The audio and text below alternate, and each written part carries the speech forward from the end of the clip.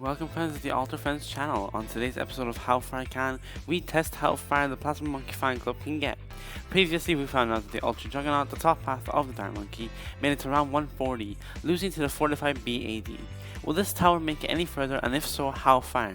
Nevi predicts that it will be around 145, and Nebi predicts it will be 160. Could this be so, and what are your predictions?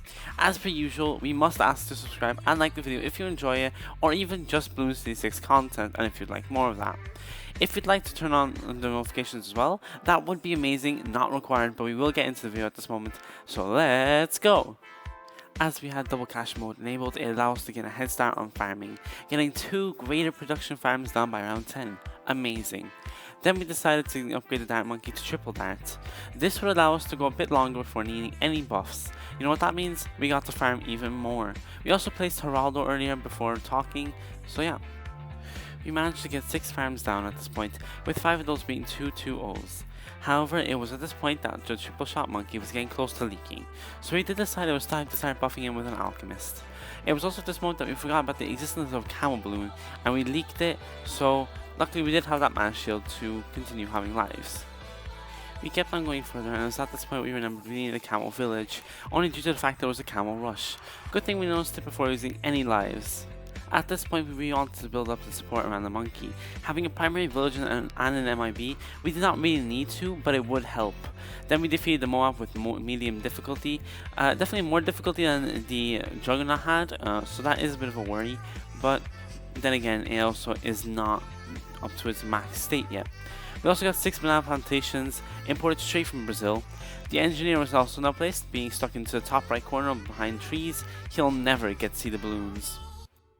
We reached round 58 and had now gotten all of our farming needs, 6 banana research facilities and 3 central marketplaces. Seeing as we were now onto the easiest part of the run, it might be a good time to remind you that we also make Fortnite content and soon Pokemon content as well. We will try to upload BT6 content more often for you guys, because some people might enjoy it more than the others, as these are pretty much bigger videos.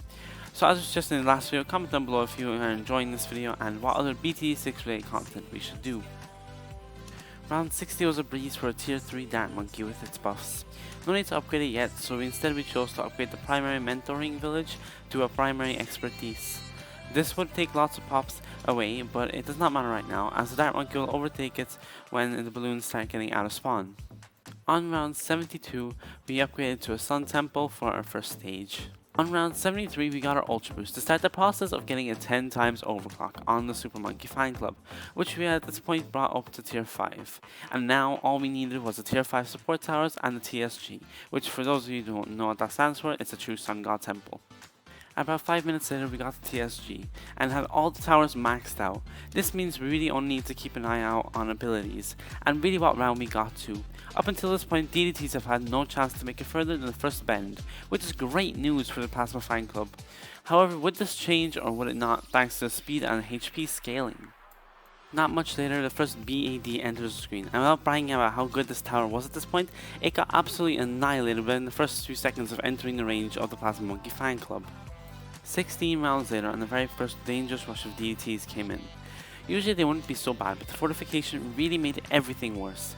This was the turning point at which we realized that at this rate, 140 might be difficult to reach. The first BAD heavy round had entered the screen, and it was time for the Plasma Monkey fan club to show us whether or not it could beat the 3 BADs. We had kept all the abilities just so we could use them for this moment. However, the HP scaling made it quite hard for the Plasma Monkey fan club and all 3 BADs that did get quite far. A sudden rush of DDTs came in and overwhelmed us and completely got through the entire place. However, we did have to restart though, because we didn't think this would be the end. We just had a poor control of abilities here. So instead we tried again, and this time it went much better. Then the biggest challenge yet appeared, the fortified BAD. We had lost once at this round, however, that is because we forgot to control the abilities and the range. So instead we opted to try again with a little difficulty. It did actually make it past round 140.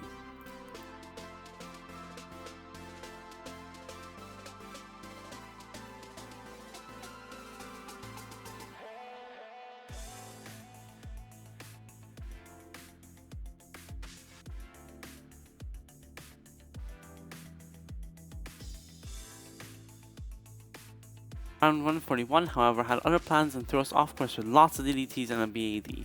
Usually this one not mean a trophy, except in this case we had to not only manage the speedy DDTs, but also the tanky BADs.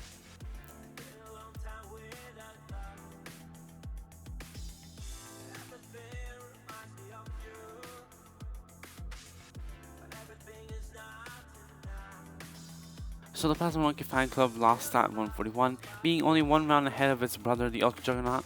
We hope you guys enjoyed today's video, and we hope to see you tomorrow for the next episode of How Far Can with the Crossbow Master.